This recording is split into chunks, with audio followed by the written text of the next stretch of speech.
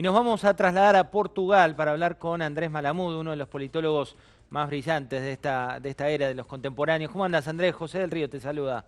¿Qué tal, José? ¿Cómo andás vos? Bueno, ¿cómo se ve particularmente primero la Argentina en este mundo tan complicado? No es que se hable mucho de Argentina en el No, exterior. no se habla, La- claramente. Las miradas están puestas más en los países que tienen más casos o más muertos.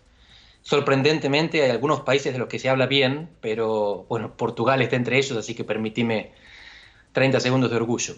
Sobre todo por comparación con el grandote de al lado, España, que al parecer tomó medidas tarde y no consiguió hacer algo que en Argentina sí salió bien, que es unificar al gobierno con la oposición detrás de una respuesta común. Pero lo que estamos viendo es que en América Latina hubo dos tipos de respuesta. La respuesta que priorizó, por lo menos inicialmente, el mercado, no parar la economía, y la respuesta que decididamente desde el principio se largó a todo por la salud pública.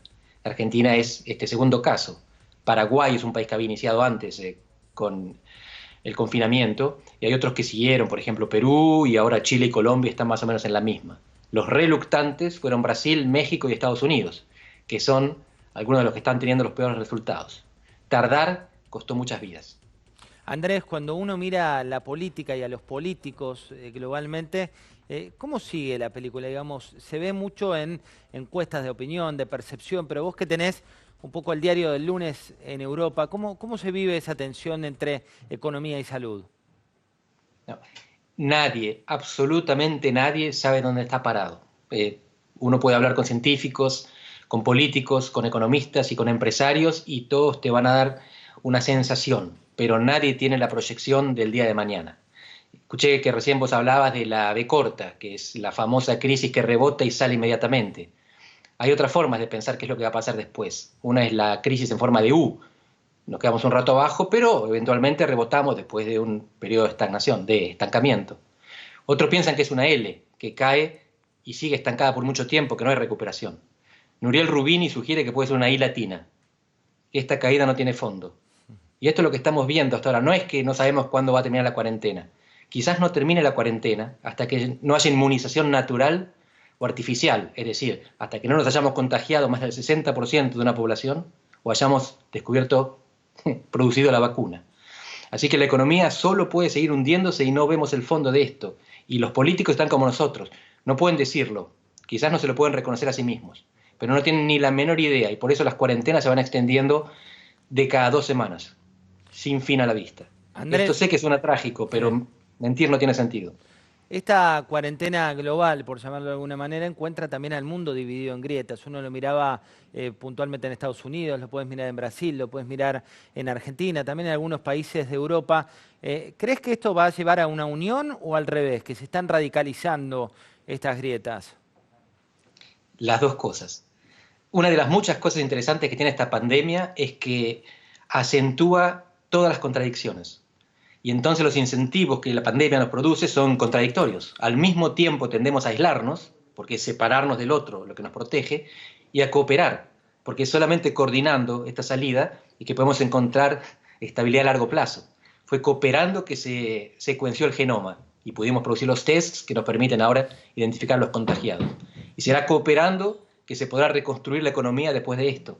Es decir, que la misma pandemia provoca que corramos y que peleemos y tendremos que decidir sobre la marcha y con los líderes que nos toquen qué es lo que va a prevalecer. En este momento lo que estamos viendo es que Estados Unidos y China son las dos potencias que cuentan en el mundo.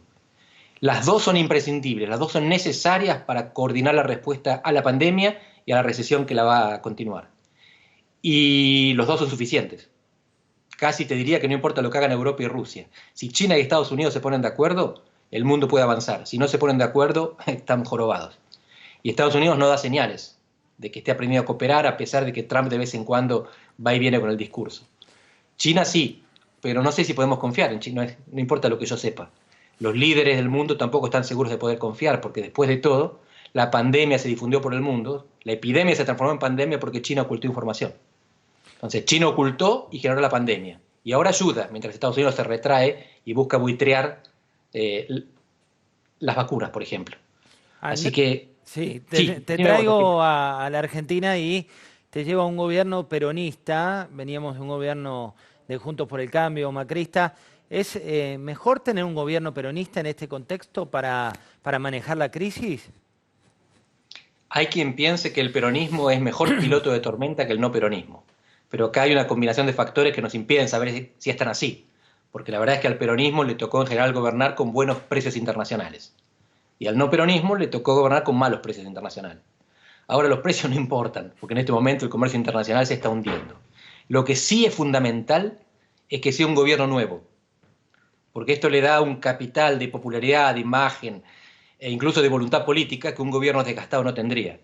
Si hubiera habido reelección de Juntos por el Cambio, no importa si era peronista o antiperonista, importa es que empezaba desgastado, porque venía de 4 años de gobierno.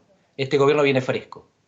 Y el segundo detalle importante es que es un gobierno orientado hacia el centro del espacio político, lo mismo que la oposición. En este momento, Alberto Larreta es probablemente lo mejor que le podía haber pasado a la Argentina para enfrentar la pandemia. Macri y Cristina, y no hago juicio de valor, tienen personalidades y liderazgos polarizadores. Alberto Larreta, por el momento, tiene una estrategia, una actitud y una personalidad más centrípeta. En este momento, lo que es centrípeto suma más que lo que es centrífugo.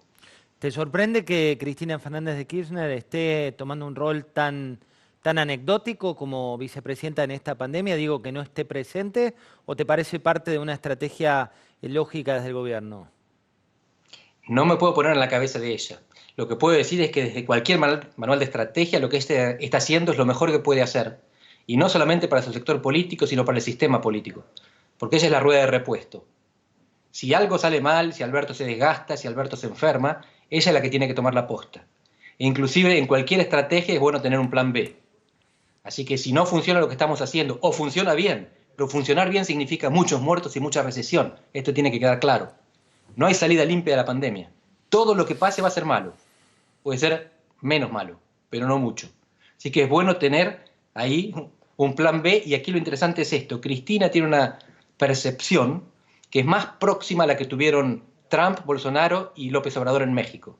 Es un instinto para la informalidad, para los vulnerables, para los sectores desprotegidos, que un presidente que viene de Puerto Madero no tiene. Es decir, un porteño piensa y siente como clase media. Cristina tiene su base de apoyo en el conurbano, y allá la cuarentena, así como está, es insostenible.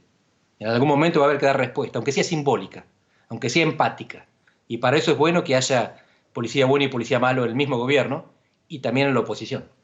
El rol de Macri, de tanto silencio, ayer, mejor dicho, esta semana con Laura Di Marco aquí en La Nación Más, Jaime Durán Barba decía que está haciendo una buena tarea Fernández y que Macri está bien que esté fuera de escena. ¿Crees que está bien que Macri esté fuera de escena? Sí, creo que está bien todo lo que sea centrípeto, y que en este momento Cristina y Macri estén callados ayuda a tender puentes sobre la grieta. Y si yo fuera la oposición, tampoco estaría tan preocupado con la buena imagen de Alberto. Es decir, si yo tuviera un pensamiento mezquino y estuviera pensando en las próximas elecciones, tendrían claro que los antecedentes no favorecen a los que ganan las guerras. Los que ganan las guerras pierden las elecciones después, como pasó con Churchill y con Bush. Así que está en el egoísmo de la oposición colaborar con el gobierno. Es lo mejor que pueden hacer, tanto desde una postura altruista como egoísta. Y por lo tanto, hasta ahora la respuesta que viene dando Argentina es ejemplar, aunque el mundo no lo sepa, porque no nos mira el mundo, pero es ejemplar. Mi preocupación es la capacidad del Estado para cumplir con estas decisiones políticas que son razonables. La capacidad del Estado para que no haya cola de jubilados cuando tienen que cobrar, o para que no haya sobreprecios cuando tienen que comprar. Pero esto es independiente de los gobiernos. Este es el Estado que supimos destruir. ¿La tolerancia a la corrupción es menor en niveles de pandemia como el actual? Si la tolerancia a la corrupción, si sale a la luz, es baja. En general, sobre todo cuando no hay alto crecimiento económico, cuando a todo no nos está yendo bien. En este caso todavía no está muy claro qué es lo que pasó, pero ¿qué es lo que puede hacer? ¿Qué es lo que puede hacer la gente si se enoja? Porque en condiciones normales, antes del coronavirus, cuando la gente se enojaba, iba a la plaza, caceroleaba, piqueteaba y trataba de voltear un gobierno. Ahora no es una opción ir a la plaza a buscar un gobierno, así que la tolerancia por ahora se queda en casa. Mientras no exploten los sectores que no pueden tolerar más tiempo de cuarentena porque no tienen ingresos, la irritación popular no tiene salida. Pero el problema también es ese, es una olla a presión, se va juntando. El día que se levante esto hay que tener planes B y C y D bien preparados. Andrés, decías quienes ganaron las guerras perdieron las elecciones, ¿Por qué se dio esto en la historia? Winston Churchill, 1945, el mismo año que termina la Segunda Guerra Mundial, de la cual él es uno de los principales protagonistas, pierde la elección. Vuelve, sí, 5 años más tarde. George Bush padre gana en el 91 la Guerra del Golfo, pierde en el 92 las elecciones presidenciales. Esto en general tiene que ver con que la economía es lo que manda en tiempos de normalidad. En las guerras uno se junta alrededor de la bandera. El pueblo se galvaniza detrás del líder que defiende la unión nacional. Pero cuando no hay guerra, la economía manda. Y la economía después de guerras y pandemias es un desastre. Por lo tanto, si sale todo bien y zafamos de la pandemia, la recesión va a voltear gobiernos. Es natural que esto pase. Le pasó a los mejores. Churchill es uno de ellos. Andrés, si tuvieras que ponerle para cerrar un título a este nuevo mundo, el mundo que nos toca vivir, ¿cómo lo llamarías? El mundo DC después del coronavirus. Pero una cosa importante, me parece que no va a ser todo diferente. Yo creo que va a ser una catástrofe este año que vamos a vivir con coronavirus.